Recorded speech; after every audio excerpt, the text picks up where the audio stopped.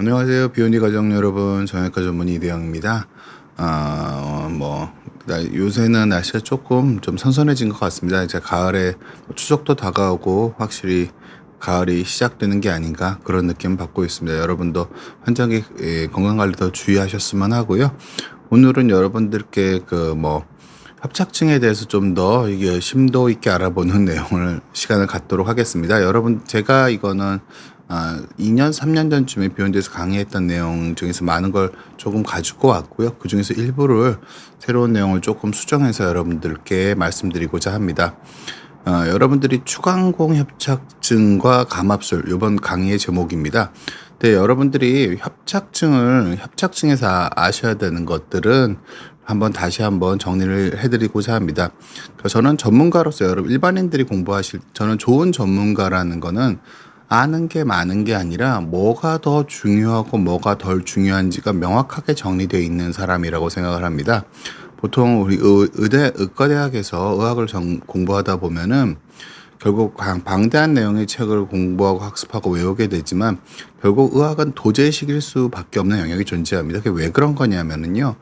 뭐가 더 중요하고 뭐가 덜 중요한지를 훌륭한 스승님 밑에서 그것들을 배울 때 뭐가 더 중요하고 뭐가 덜 중요한지를 알 수가 있거든요.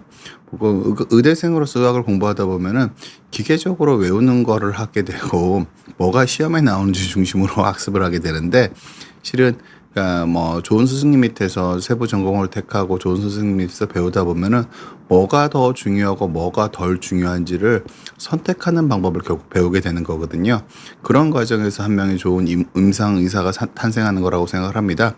어떻게 보면 비욘디에서 많은 멘토분들이 여러분들께 뭐가 더 중요한지를 말씀을 주시고 계시지만 저도 어떤 형태로든 여러분들께서 뭐가 더 중요하고 뭐가 덜 중요한지를 구분하는 방법을 가르쳐 드리는 게 여러분께 좋은 의학적 정보 전달이 아닌가 생각을 합니다. 더 중요하고 덜 중요하고 구별하도록 하는 게 제일 중요하다고 생각을 합니다. 여러분들이 협착증이라고 하면은 협착증 용어가 되게 여러 가지가 많은데 일단 강의 흐름대로 준비해온 슬라이드 흐름대로 제가 말씀드릴게요. 한쪽 다리가 너무 저려요. 척추관이 아닌 추간공 협착증이래요. 추간공이 어딘가요?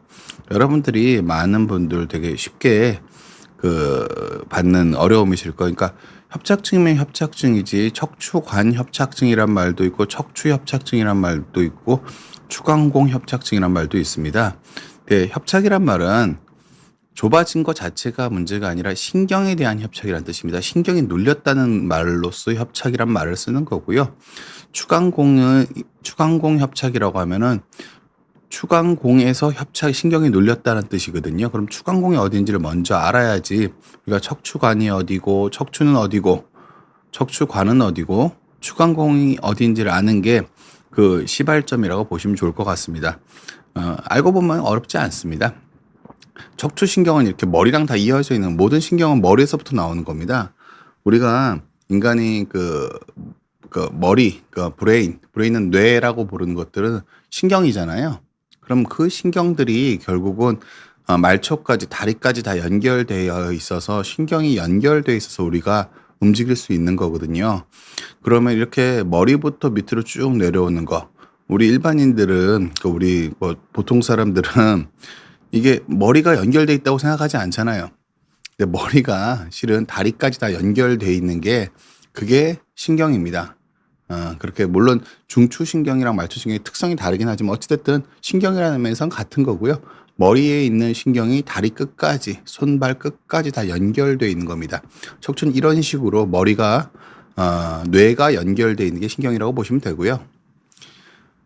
여기서 척추관은 뭐냐면은 신경이 내려가는 고속도로라고 보시면 됩니다. 그러니까 보통 척추동물이 가지고 있는 게 신경은 되게 약한 조직입니다. 우리가 전기적인 신호 전달을 하는 조직이기 때문에 되게 잘 보호를 받아야겠죠. 무른 조직인데 그게 바깥에 노출되어 있으면 손상을 입을 수 있잖아요. 손상이 되면 그 밑으로 신경이 전도가 안 되니까 움직임도 없어지고 감각도 없어지니까 못 움직이겠죠. 그래서 척추관이라는 구조를 통해서 신경이 내려가게 됩니다. 그래서 정소영님 반갑습니다. 척추관은 신경이 내려가는 고속도로라고 보시면 됩니다. 그 뼈에 구멍이 나 있는 그 가운데 구멍으로 그 척추뼈 사이 가운데 구멍이 나 있어서 신경이 그쪽으로 쭉 내려갑니다. 고속도로라고 보시면 되고요. 신경이 그러면은 계속 내려가기만 하진 않을 거 아니에요. 그러니까 팔 다리로 신경이 가기 위해서 신경이 갈라져서 빠져나올 거 아니에요. 그럼 갈라져서 빠져나오는 공간을 추간공이라고 보시면 됩니다. 그러니까 척추관은 신경이 내려가는 고속도로고 추간공은 개별 신경이 빠져나가는 톨게이트다. 이렇게 이해하시면은 편한 이해가 아닐까 싶습니다. 예, 정소영 님이 질문 주셨는데 일반 허리 MR에서 간별이 가능한가요? 간별이 가능합니다. 그러니까 척추관이랑 추간공은 위치가 다릅니다. 지금 보시는 것처럼 요 그림도 보시는 것처럼 척추관은 아까 여기 앞에 그림 두 개를 보시면 보이는데 여기서는 여기 색깔이 들어왔다 나갔다 변하죠. 이 가운데가 오른쪽 그림에서 이 가운데 부분 파란색으로 칠해진 게 척추관입니다. 여기는 신경이 여기 위에서 봤던 이 큰 신경이 내려가는 두꺼운 신경이 내려가는 고속도로 하나로 뻥 시원하게 뻥 뚫려 있죠. 이게 척추관이고요. 추간공은 신경이 팔 다리로 가선 좌우로 빠져나가야 될 거 아니에요. 옆으로 빠져나가는 공간이 추간공입니다. 이 모양을 MRI에서도 이 모양이 다 보이거든요. 그래서 이 모양을 보면서 MRI에서 간별이 가능합니다. 참고하셨으면 좋겠고요. 어찌됐든 척추관은 이런 식으로 가운데 있는 고속도로 파란색이고 추간공은 신경이 옆으로 빠져나가는 공간입니다. 톨게이트 같은 역할을 한다고 보시면 됩니다. 추간공이고요. 그러면은 이게 실질적으로 어떻게 나눌 수 있느냐? 요게 그러니까 되게 전문적인 내용이기도 하지만 실은 환자분들이 여러 가지를 고민할 때 알아두시면 되게 좋은 내용입니다. 협착증은 척추관 협착증과 추간공 협착증으로 나뉘고요. 또 척추관 협착에서도 외측 함요부가 눌리는 게 다 성격이 다릅니다. 이게 허리에서 되게 중요한 이해인데 이걸 되게 잘 이해하는 게 환자분 자신이 자기의 증상을 잘 이해하는 게 되게 중요합니다. 이게 보통 여기 보시는 것처럼 이게 파란색으로 되어 있는 부분, 이 가운데가 아까 이 동그란 파란색 구멍으로 지나가는 신경입니다. 이 동그랗게 기둥처럼 보이는 거 있죠? 이게 신경이거든요. 신경이 이렇게 내려가다가 김재민님 반갑습니다. 신경이 내려가다 이렇게 가지를 치면서 하나씩 나오는 모습을 보여주고 있는 겁니다. 이 전에 보는 것처럼 이 고속도로를 내려가는 가운데 신경이 있고 하나씩 가지를 치고 나오면서 신경이 점점 가늘어지죠. 이렇게 되는 거거든요. 계속 빠져나가는 겁니다. 그래서 이 가운데로 저 둥그런 신경이 빠져나가고 여기 바깥쪽으로 하나씩 빠져나가는 겁니다. 마이아이님 라이브가 맞습니다. 질문 주시면 제가 답변 드릴게요. 예, 이렇게 되어 있고, 그럼 이걸 전체적으로 봤을 때 정확하게 어떻게 나오는지를 보는 겁니다. 이 척추관 자체, 그러니까 척추관은 이 뼈 안쪽에 있는 양쪽의 척추 경이로인데 뼈 안쪽에 있는 이 공간이 척추관입니다. 관처럼 생겼죠. 위에서 봤을 때 뻥 뚫려 있으니까 이건 관이잖아요. 그래서 이게 척추관이고요. 여기 추간공은 요 공간을 얘기합니다. 여기에서 보는 것처럼 옆으로 나 있는 구멍, 추간공, 구멍이란 뜻이죠. 구멍은 구멍이 뽕뽕뽕 여러 개 뚫렸으니까 구멍이 여러 개 나 있는 거고 관은 하나로 통해 있는 구조입니다. 그래서 제가 학습하는 번이시기도 한데 단어 자체가 가지고 있는 의미를 잘 이해하는 게 여러분들이 가장 적게 외우고 그 의미를 잘 활용할 수 있는 방법이라고 생각을 합니다. 어찌됐든 여기 파란색으로 되어 있는 게 척추관이고요. 여기 빨간색으로 되어 있는 부분이 신경이 빠져나가는 구멍을 의미하는 구간입니다.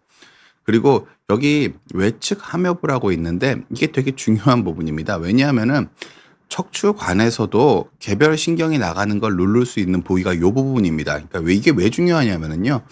이 정체 뭉텅이를 누를 때의 증상과 신경이 갈라진 다음에 부분을 누를 때의 증상이 다르기 때문에 그렇습니다.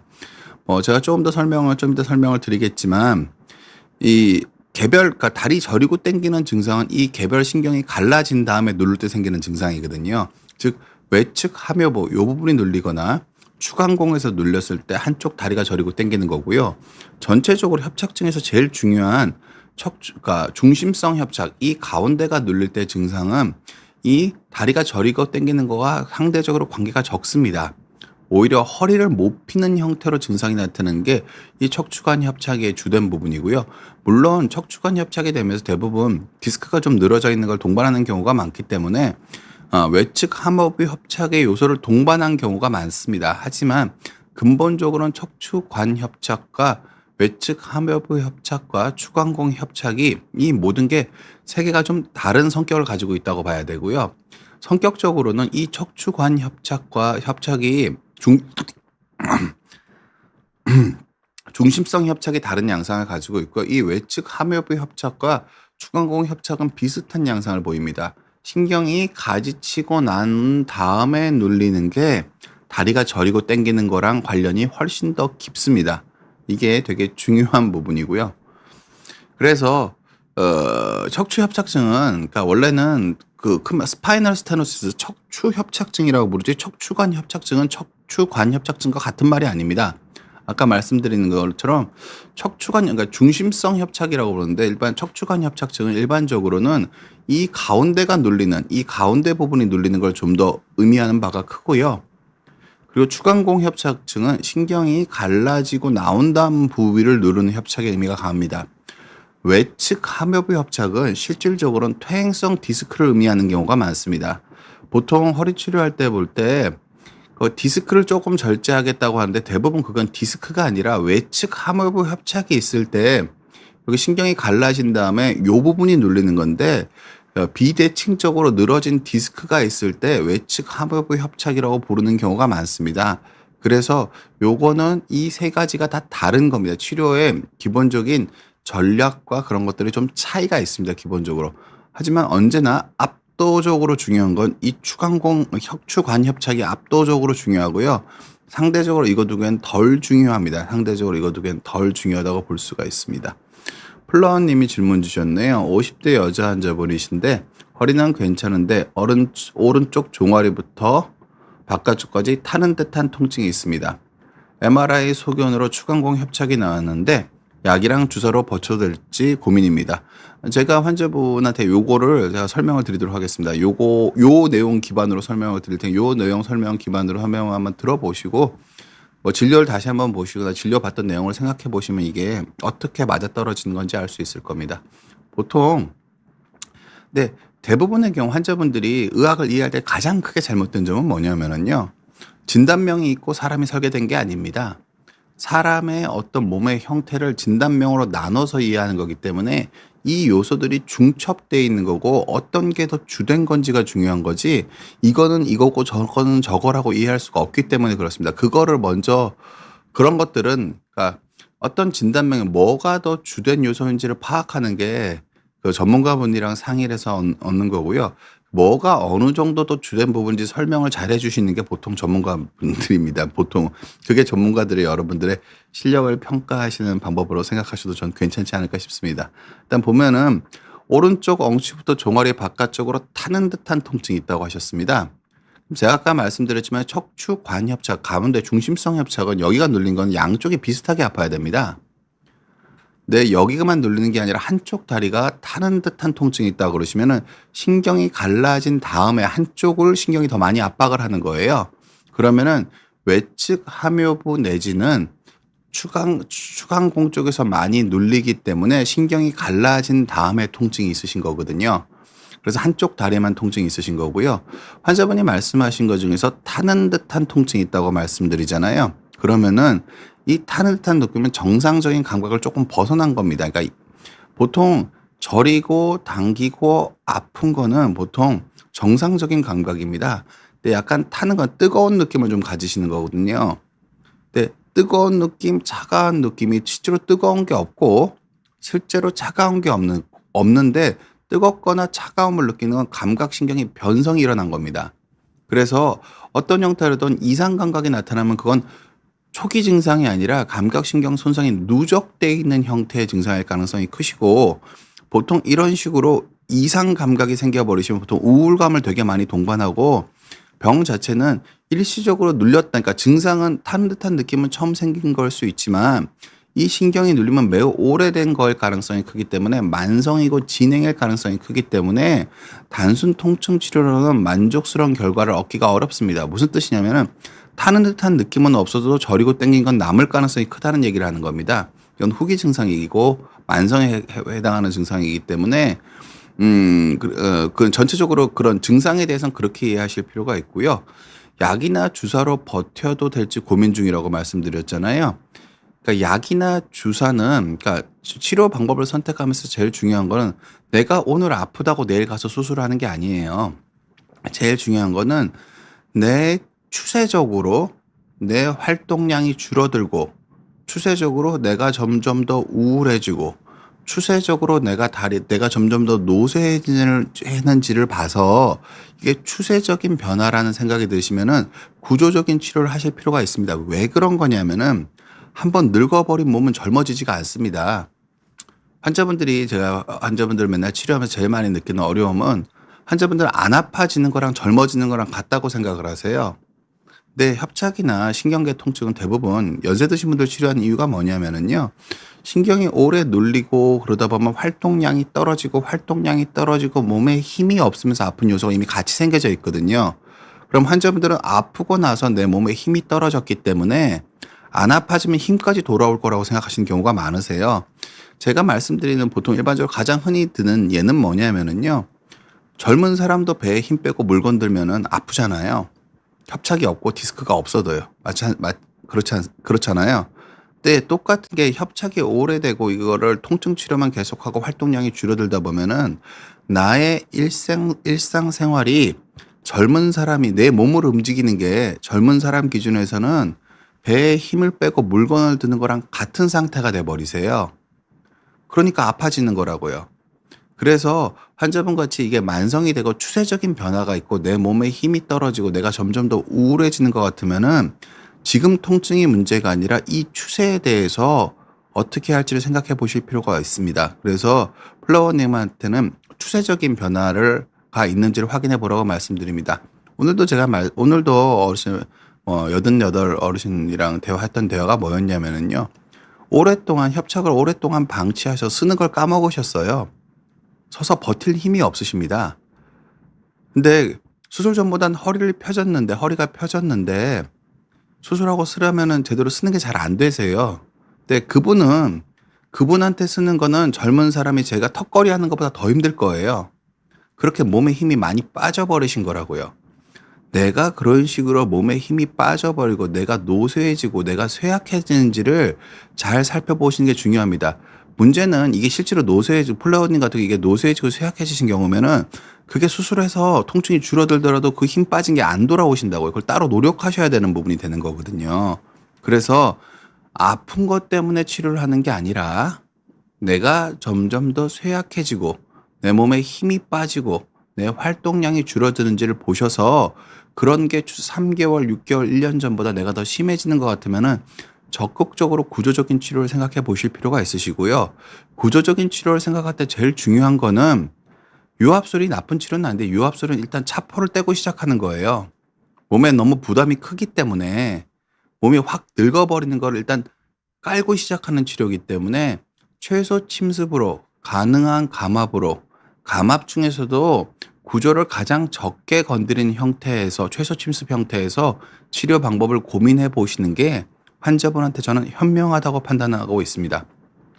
플로어님 참고하셨으면 좋겠고요. 일단은 척추협착증이 이렇게 척추관협착 그리고 외측 함엽의 협착, 추간공 협착 이 세 부위가 있습니다. 실질적으로 환자분들이 느끼는 증상은 이거 두 개가 큰 차이가 없는데요. 실질적으로 치료할 때는 의사들한테는 이거 두 개가 되게 큰 차이입니다. 왜냐하면은 이거를 수술적으로 치료하는 방법 자체가 완전히 달라지기 때문입니다. 치료 전략 자체가 치료의 난이도가 확 높아지는 부분이 좀 있기 때문에 의사들한테는 이게 되게 중요한 문제인데요. 환자분들이 느끼는 증상상으로는 상대적으로 이 차이는 좀 적은 경우가 더 많습니다. 네, 또 질문 하나 답변하도록 할게요. 조은자님이 질문 주셨습니다. 허리, 고관절, 종아리 통증, 발, 간헐적으로 쥐가 나서 너무나 고통스럽습니다. 치료 방법 원합니다. 감사합니다. 보통 간헐적으로 쥐가 나는 건 대부분 뭐냐면은요. 몸이 노쇠해지셨다는 뜻입니다. 보통 쥐가 나는 거는 근육에 피로 물질이 쌓여서 근육의 피로 물질을 잘 해소 못하는 거거든요. 그러면 저리고 당기는 거가 오랫동안 되면서 다리에 힘이 빠지면서 근육의 전체적인 기능이 줄어들었다는 걸 의미합니다. 쥐가 자주 날 정도면은 통증 치료가 아니라 내 추세가 내가 결국 이게 노쇠랑 몸에 힘이 빠지고 노쇠해지는 거랑 되게 관련이 많으신 거거든요. 이 간헐적으로 쥐가 나시는 부분은 협 그 전문적인 진료를 받으셔서 내가 노쇠해지는 추세가 분명하다면은 그 신경을 안 눌리게 만드셔야지 쥐가 안 나지. 쥐가 난 증상은 원인이 아니라 결과에 가깝습니다. 근육이 기능이 떨어짐에 따라서 근육이 피로 물질을 잘 해소를 못하면서 쥐가 나시는 거예요. 그럼 쥐가 안 나게 하는 방법을 찾으려고 하면 해결이 안 되고요. 근육이 피로해지지 않게 하기 위해서 기본 전제에 만약에 협착이 깔려 있는 경우라면은 신경이 더 이상 나빠지는 걸 막는 형태로 해서 해결을 하셔야지 장기적으로 이게 해결이 가능하지. 보통 대부분의 분들이 협착이 있으신데 치료를 계속 안 하다 보니까 몸이 노쇠해지면서 간헐적으로 쥐나는 단계까지 이르시는 거여서 몸이 이미 꽤 조심스럽지만 좀 상당히 노쇠해졌을 가능성이 큽니다. 내가 연세 평균보다 그러니까 연세 평균에 못 미치는 활동량을 가지고 계시다고 아픈 게 문제가 아니고요. 내가 지금 연세 평균에 못 미치는 활동량을 가지고 있잖아요. 그럼 5년, 10년이 지났을 땐 내가 연세 평균보다 훨씬 더 못하는 사람이 될 가능성이 크다는 걸 의미합니다. 그래서 조은자님도 전문적인 진료를 받아보시고 적극적인 치료를 고려해 보시는 게 맞을 것 같습니다. 쥐가 나는 걸 쥐를 안 나게 하는 걸로 해결을 하려고 하셔서는 해결이 안 됩니다. 쥐만 안 나는 걸 해결하려고 뭐 이런 통증 치료, 뭐 약물 치료, 뭐 정맥 혈관 치료, 혈액순환 개선제를 아무리 먹어봐야 근본적인 원인은 다리 운동신경이 떨어지면서 다리 근육계 질의 저하에 있는 거여서 이 근본 원인을 해결하려고 노력을 하시는 게 실질적인 해결책에 도달할 수 있는 방법에 더 가깝다고 저는 생각하고 있습니다. 오늘 질문이 되게 많으시네요. 예, 그리고 요 하나 더 설명드리겠습니다. 추간공 협착이 왜 생기느냐? 이게 아까 신경이 옆으로 빠져나가는 구멍인데요. 아래에서 보면 디스크가 있고요. 뒤쪽에는 황색 인대가 있거든요. 그럼 이게 추간공이 왜 좁아지느냐? 디스크 높이가 낮아지면 추간공 높이 자체가 낮아지겠죠. 그리고 디스크가 퇴행이 되면 디스크가 늘어지게 됩니다. 디스크가 튀어나오고요. 그리고 추간공 디스크 높이가 낮아지면서 인대가 겹쳐지는 부분과 결국 시간이 지나면 후관절에 퇴행성 변화가 생기기 때문에 퇴행성 변화가 생기면 주변 인대가 두꺼워지거든요. 거기다가 후관절 자체가 흔들림까지 있으시면서 추간공이 좁아지게 됩니다. 저 퇴행성 변화로 추간공이 좁아지시게 되는 거예요. 이게 네 방향에서 다 좁아질 수 있습니다. 그래서 이렇게 좁아지게 되면 신경이 눌리니까 아프시겠죠.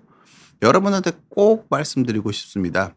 흔히 여러분이 알고 계시는 풍선 확장술과 추간공 확장술이라고 여러분들이 일반적으로 알고 계신 이름에서 이건 통증 치료입니다. 무슨 뜻이냐면요. 이렇게 보시면 돼요. 이름이 조금 여러분들이 오해의 소지가 있는 이름을 가지고 있습니다. 그러니까 풍선 확장술을 하면은 신경이 안 눌리게 확장이 돼 있을 것 같잖아요. 그리고 추간공 확장술이라고 돼 있으면은 이름은 추간공을 영구적으로 확장시키는 치료일 것 같잖아요. 근데 실제로 그렇지 않습니다. 그러니까 효과적인 통증 치료일 수는 있다고 생각을 하는데 이거는 구조적으로 넓혀주지 못합니다. 무슨 뜻이냐면은 풍선 확장술 같은 경우에는 풍선이 확장되어 있는 순간에는 풍선이 들어가 있는 순간만 넓어지지만 그것도 되게 그러니까 넓어질 수 있다고 생각해요. 풍선이 들어가서 부푸는 동안은 넓어질 수 있습니다. 근데 그 풍선을 빼면은 다시 닫히겠죠. 그리고 추간공 확장술도 뭔가로 긁습니다. 긁는 동안에는 조금 넓어질 수 있겠죠.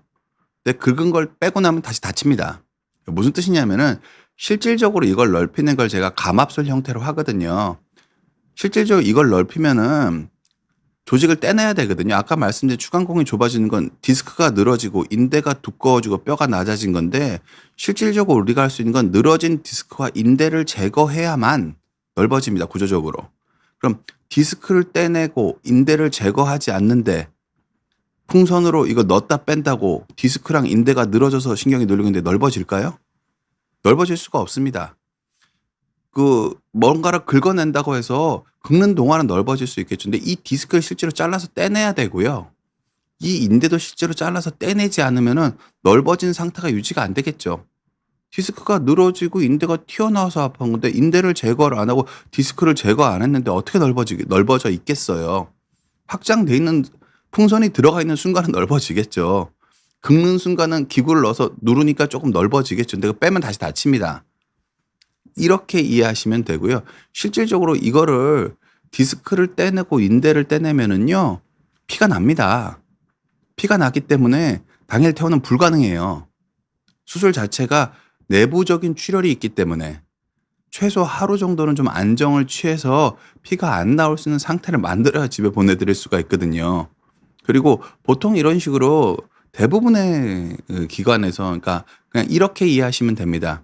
그래서 이 풍선 확장술과 추간공 확장술은 시술을 하는 순간에만 확장이 될 수 있습니다.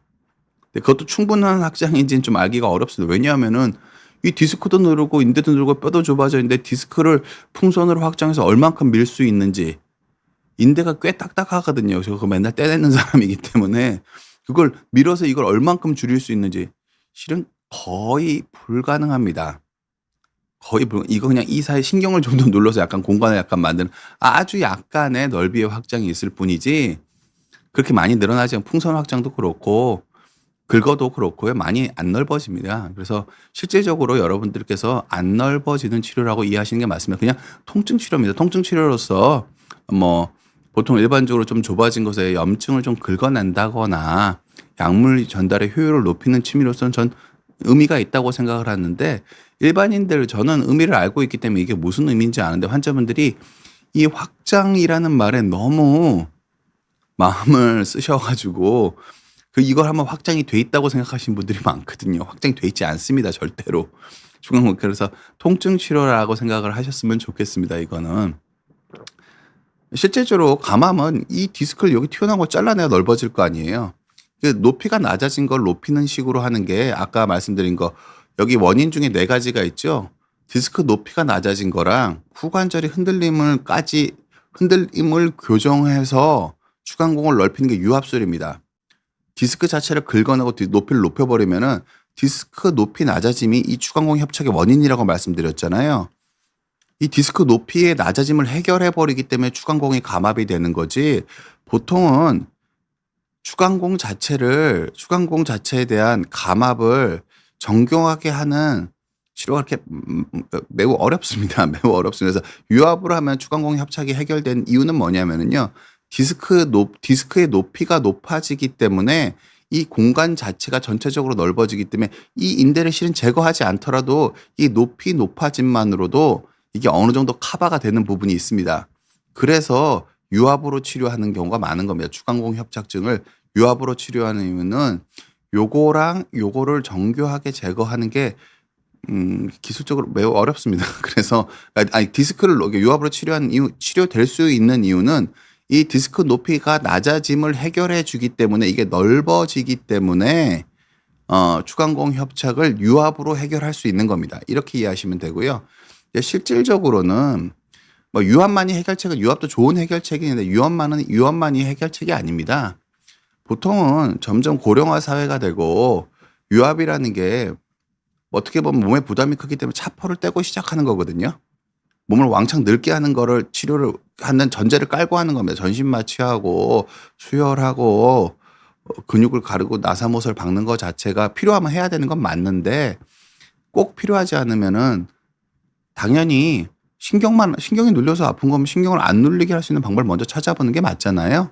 보통은 이런 식으로 이 디스크 튀어나온 부분을 제거하고 여기 인대를 제거하고요.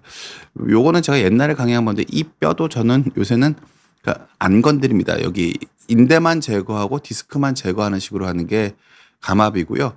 보통 이건 제가 하는 방법이고 보통 많은 경우에서는 뭐 여기 뼈를 조금 깎으면서 이렇게 제거하기도 합니다. 어찌됐든 이런 식으로 신경이 그러니까 이 좁아진 원인을 제거하는 거잖아요. 그럼 넓어지는 거고요. MRI상 넓어진 게 보입니다. 이게 추간공 협착증에 대한 정석적인 치료입니다. 감압이. 그리고 이런 게 하기 어려운 상황이 있거나 다른 문제가 있으면 이걸 좀 높여서 유압으로 이거를 치료하시는 방법도 있는데 유압은 좀 대가가 있는 편이다라고 저는 말씀드리고 싶습니다. 요거는 제가 이거 저 로버트 님이 질문 주셨네요. 나이는 33살이고 요추 4, 5, 6번 퇴행성 디스크로 매우 좁아져 5분만 달려도 노면 충격이 그대로 전해지고 20분만 앉아 있어도 허리가 아픕니다. 디스크 보건술이라고 수액자리에 하이알루론산을 넣어서 디스크 높이를 높이고 손상된 섬유륜에 콜라겐을 주입하여 디스크를 복원하는 시술을 추천하는 편인지 궁금합니다. 이거 일단 하이알루론산이라는 게 히루안인데 그게 무릎에 연골주사로 넣는 거거든요. 되게 약합니다. 턱없이 약한 강도를 가지고 있습니다. 턱없이 약한 강도를 가지고 있기 때문에 그걸 넣어서 진짜로 그게 디스크 높이를 높이면은 그 하이알루론산을 넣고 다음날 MRI 찍으면 디스크 높이가 높아져야겠죠. 불가능합니다. 그걸 통증 막 그런 치료가 대부분 인정받은 거면은 그게 뭐 그렇게 했을 때 통증이 줄어든다는 보고는 있을 수 있는데 그러니까 보통 이게 통증이 되게 여러 가지 요소가 있기 때문에 통증 치료는 제가 기본적으로 근본적인 치료가 아니라고 말씀드렸죠. 그러니까 저 PD님 그 화면에 뭐가 좀 떠 있습니다. 이거 어떻게 PD님 여기 잠깐 와 보시겠어요? 이게 송출되는 화면은 아닐 것 같은데요. 이쪽 와 보시겠어요? 죄송합니다. 제가 방송 중에 모니터상에 좀 문제가 있어서 좀 말씀 좀 드리겠습니다. 네, 해결됐네. 예. 로버트님 말씀 질문한 거에 로버트님 질문 다시 띄워주시겠어요? 예. 그러니까 히루안산을 넣어서 디스크 높이가 높아지지 않는다고 생각합니다.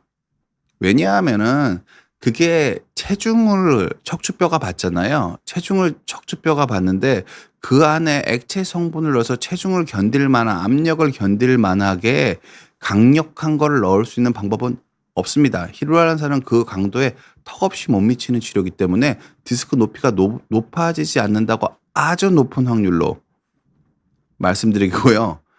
섬유륜 인대에 콜라겐을 주입해서 디스크를 복원시킨다는 것도 불가능합니다. 그러니까 통증 치료로 그걸 하겠다면 제가 뭐라고 말은 못 하겠는데요. 콜라겐을 주입해서 여러분들은 디스크 높이가 높아진다는 말은 틀린 말입니다. 높이가 높아지지 않습니다. 그걸 주입하고 한 번도 일어서지 않은 상태에서 MRI를 찍으면 어떨지 모르겠는데 한 번이라도 일어서고 나면 그거 다 앞으로 다 체중을 버틸 만한 강도가 나오지 않습니다. 히루안이.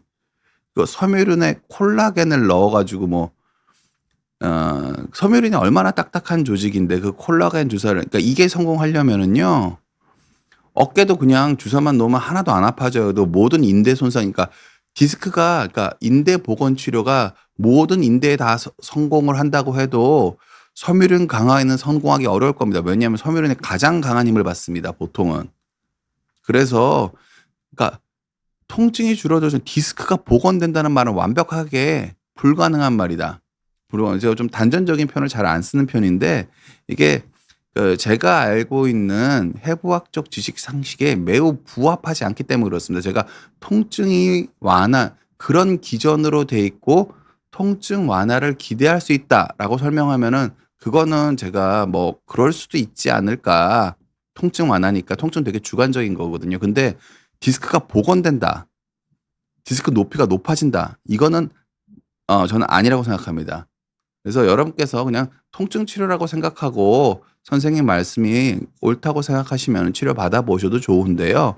디스크가 복원된다든지 디스크 높이가 높아진다든지 마찬가지입니다. 제가 풍선 확장술, 추간공 확장술 그걸 해서 통증 치료라고 생각하고 그걸 하시는 거 우선 나쁘다고 생각하지 않습니다. 그럴 수 있다고 생각하는데 추간공이 풍선으로 확장된다고 생각하고 그 시술을 받으시는 분이나 추간공이 확장된다고 생각하고 그 시술을 받으시는 분 좀 말리고 싶은 입장입니다.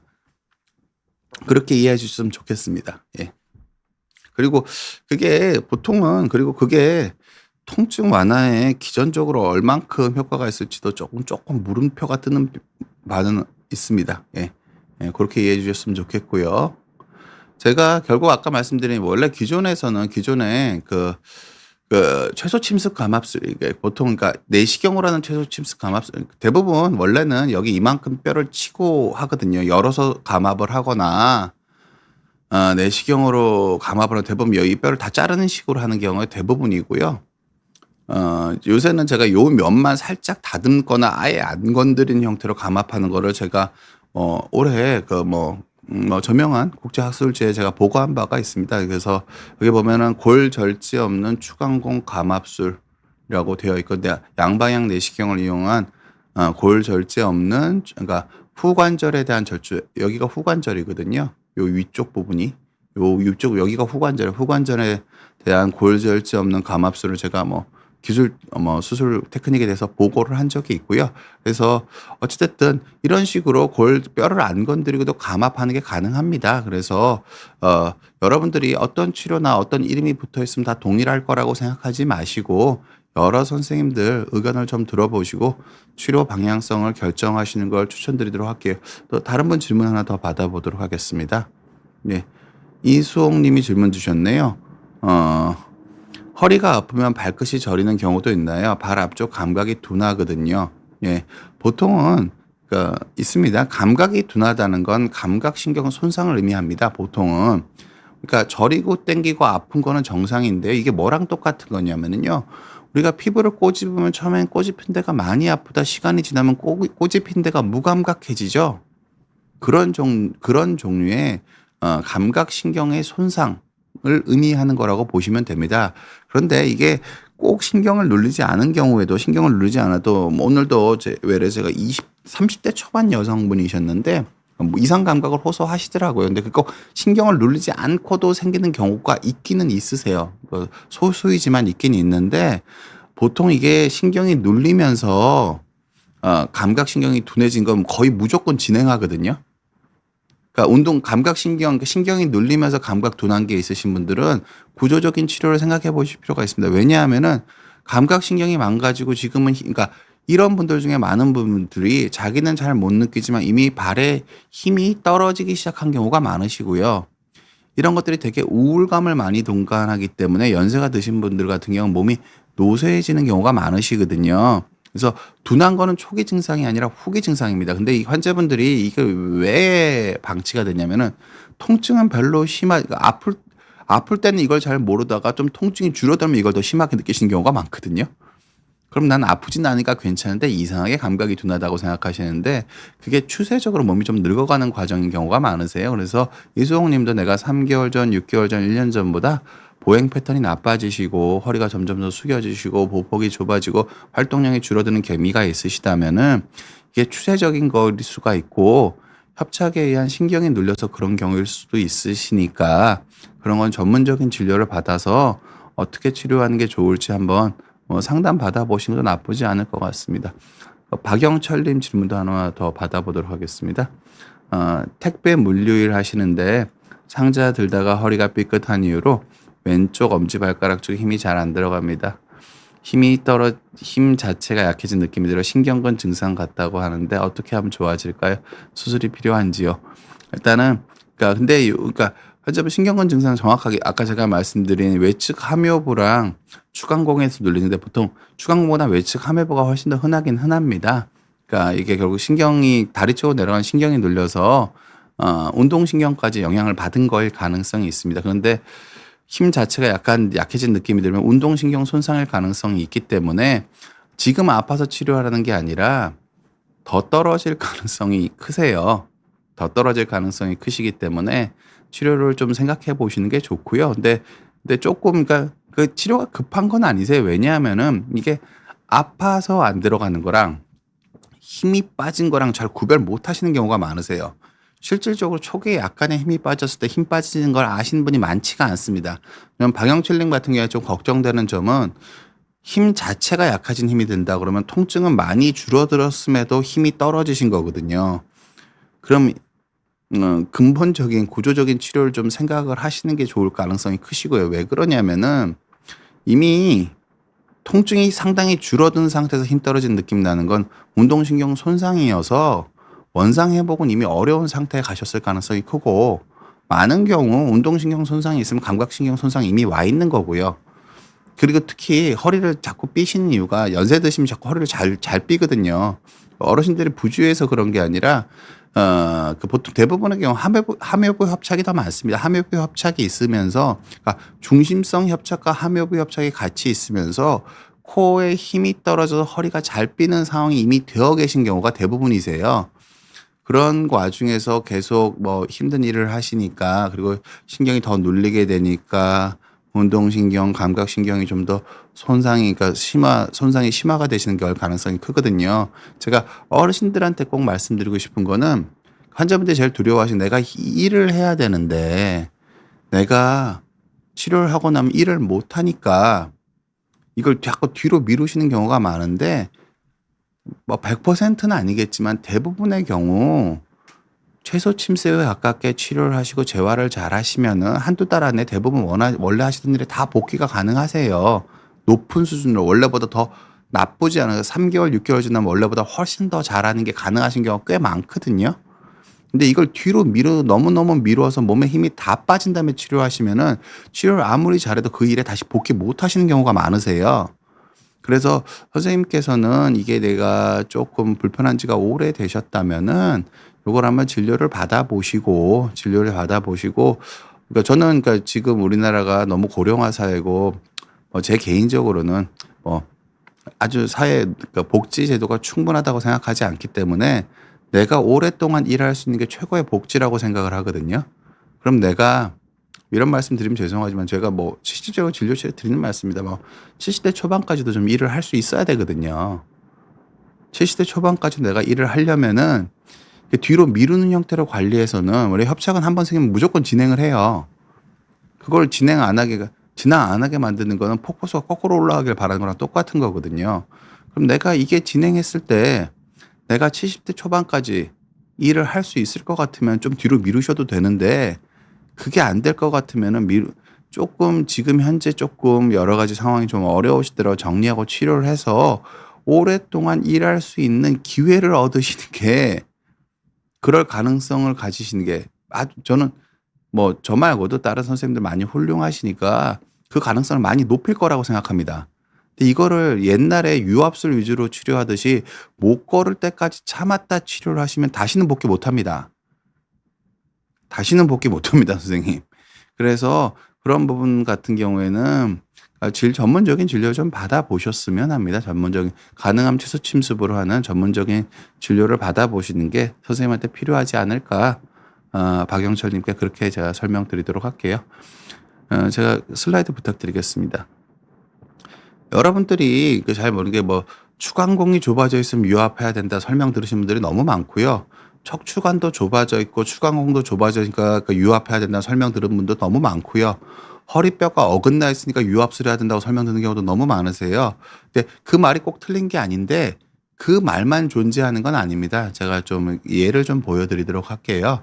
여기 보시면은 이게 83세 어르신이고, 여기 추간공이 시커멓게 여기 까맣게 돼 있죠. 이거 두 개 돌려보면 보입니다. 신경이 요게 신경이거든요. 나머지는 다 까맣잖아요. 근데 이게 수술 후거든요. 추간공만 감압을 했습니다. 여기 보시면은 치료 전에는 이렇게 보이던 게 치료 후에 이만큼 신경이 넓어졌죠. 그러니까 유압을 하지 않고도 신경을 넓힐 수 있습니다. 이렇게. 근데 제가 2시간 걸렸는데 여기만 한 게 아니거든요. 실은 여기만 한 게 아니고요. 여기 3, 4번 여기 두 군데도 이렇게 좁아져 있는 게, 여기도 이 전에 좁아져 있던 이렇게 넓어졌고, 여기도 이렇게 넓어졌습니다. 척추관 감압을 같이 한 겁니다.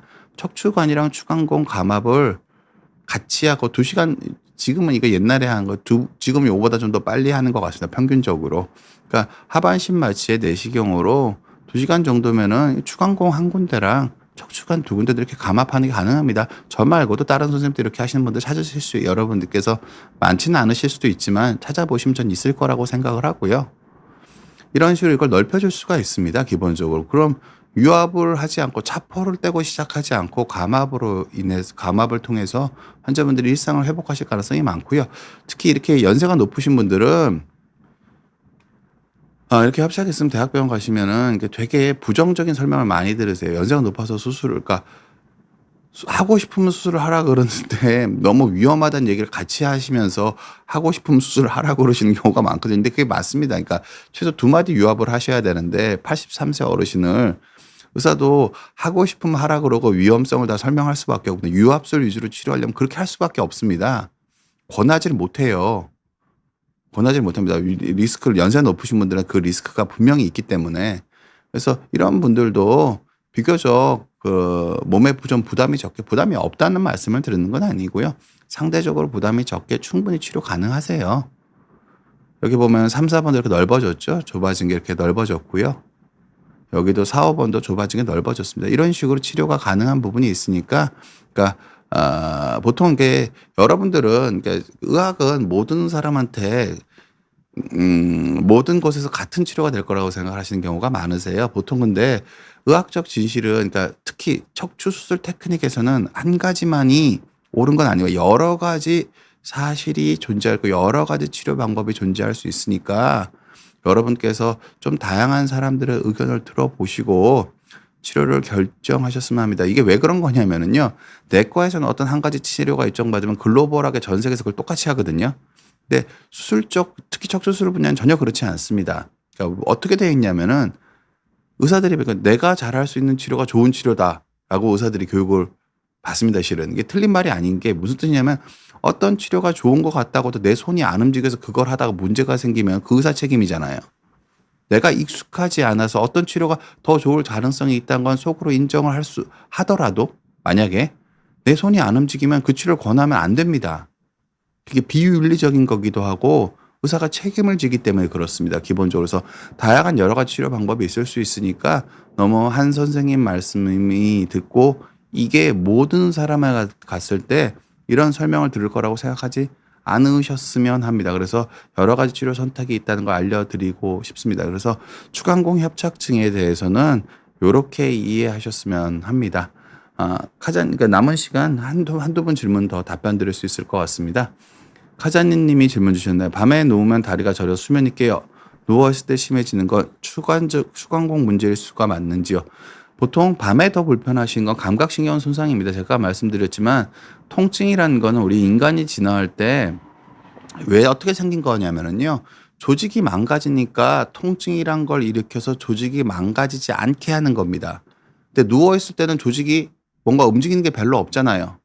그러면은 누워있을 때 더 아픈 거는 우울증과 관련이 있고요. 급성 통증이 아니라 만성 통증이랑 관련이 있으신 거예요. 감각신경 손상 아까 말씀드렸잖아요. 그게 추간공 협착이든 그러니까 함효부 협착이든 추간공 협착이나 둘 중에 하나일 가능성이 큽니다. 척추관에서 완전한 중심성 협착은 똑바로 못 누워서 주무시는 병이지 절여서 잠을 못 자는 게 아니라 다리가 저려서 수면 장애를 동반하시는 분은 신경이 갈라진 다음에 함효부나 추간공에서 신경이 눌려 있는 게 있으신 거고 그게 오래돼서 감각신경 손상이 생기신 걸 가능성이 매우 큽니다.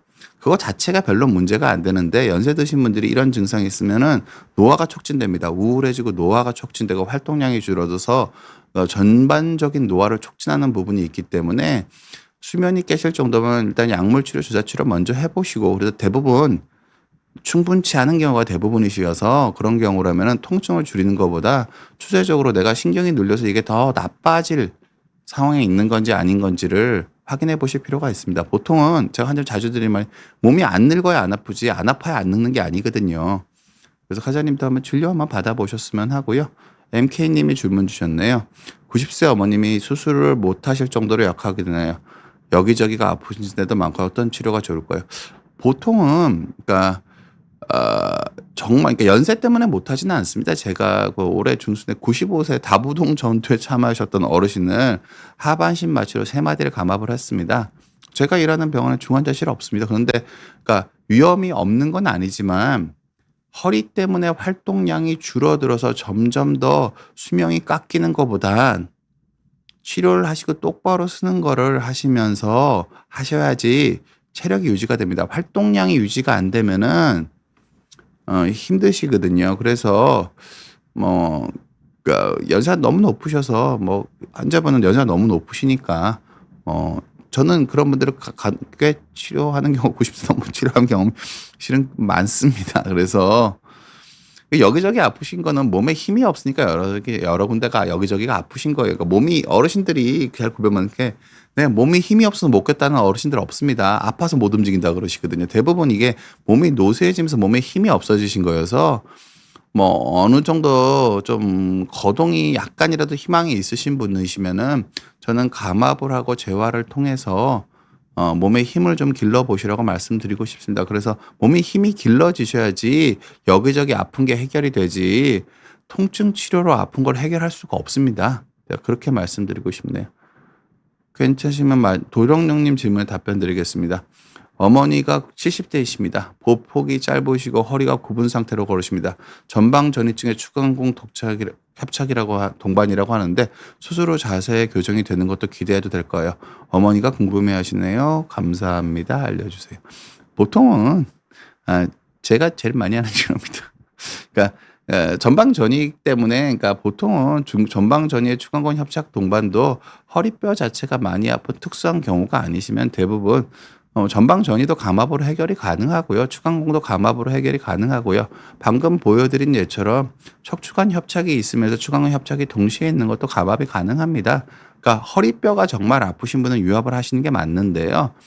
연세가 높으신 분들은 허리뼈가 아플 만큼 허리를 못 쓰세요. 제가 오히려 유압을 제일 많이 하는 연령대는 50대 후반에 일해야 되시는 분들입니다. 그런 분들은 거죽의 근육도 많고 허리뼈 자체가 힘을 많이 견뎌야 되기 때문에 그런 분들은 유압을 하고 일하실 수 있도록 지도해드리는 게 관리해드리는 게 참 맞다고 생각을 하고요. 어머니 같은 경우에 보폭이 이게 왜 짧아지는 거냐면은요. 균형 감각을 점점 더 상실하기 때문에 그렇습니다. 한쪽 다리를 들고 한쪽 다리가 공중에 떠 있는 상태를 유지를 못하기 때문에 보폭이 짧아지시는 거고요. 허리를 못 피시는 건 허리를 피면 신경이 눌리기 때문에 허리를 못 피시는 거예요. 그래서 이거는 그러니까 유압으로 치료하셔도 되는데 그러니까 유압으로는 70대시면 대부분의 분들이 선생님들이 유압술을 권하실 거고요. 그러니까 최소 침습 치료가 상당히 궤도에 오르시는 선생님들은 경험이 뛰어나신 분들은 전방전이의 추간공 협착이 있어도 감압으로 치료할 수 있습니다. 충분히 가능하고요. 그래서 그 자세는 당연히 좋아집니다. 허리 치료할 때 저는 안 아파진다고 설명하지 않고요. 똑바로 서실 수 있다고 설명합니다. 어르신들이 대부분 못 걸으시는 건 똑바로 서는 게 안 돼서 못 걸으시는 거예요. 똑바로 서는 연습만 한 달 하라고 말씀드려요. 똑바로 서지면은 거의 대부분들이 똑바로 서고 오른발 왼발 체중 이동하는 단계를 거치시면 이걸 성공적으로 거치시면은 대부분의 분들이 지팡이나 그런 거 없이 보행이 가능하시고 실질적으로 활동량이 느는 건 전 수명이 느는 거라고 생각을 합니다. 그래서 도령님 어머님은 어머니가 궁금해하시면 당연히 좋아하실 수 있다고 안내해 주셔도 괜찮지 않을까 저는 그렇게 생각을 합니다. 예. 오늘 시간 선생님들 너무 질문도 많이 주시고 너무너무 감사합니다. 여러분들이 건강한 허리를 관리하는 데 조금 도움이 됐으면 합니다. 여러분들 행복한 주말 보내셨으면 합니다. 감사합니다.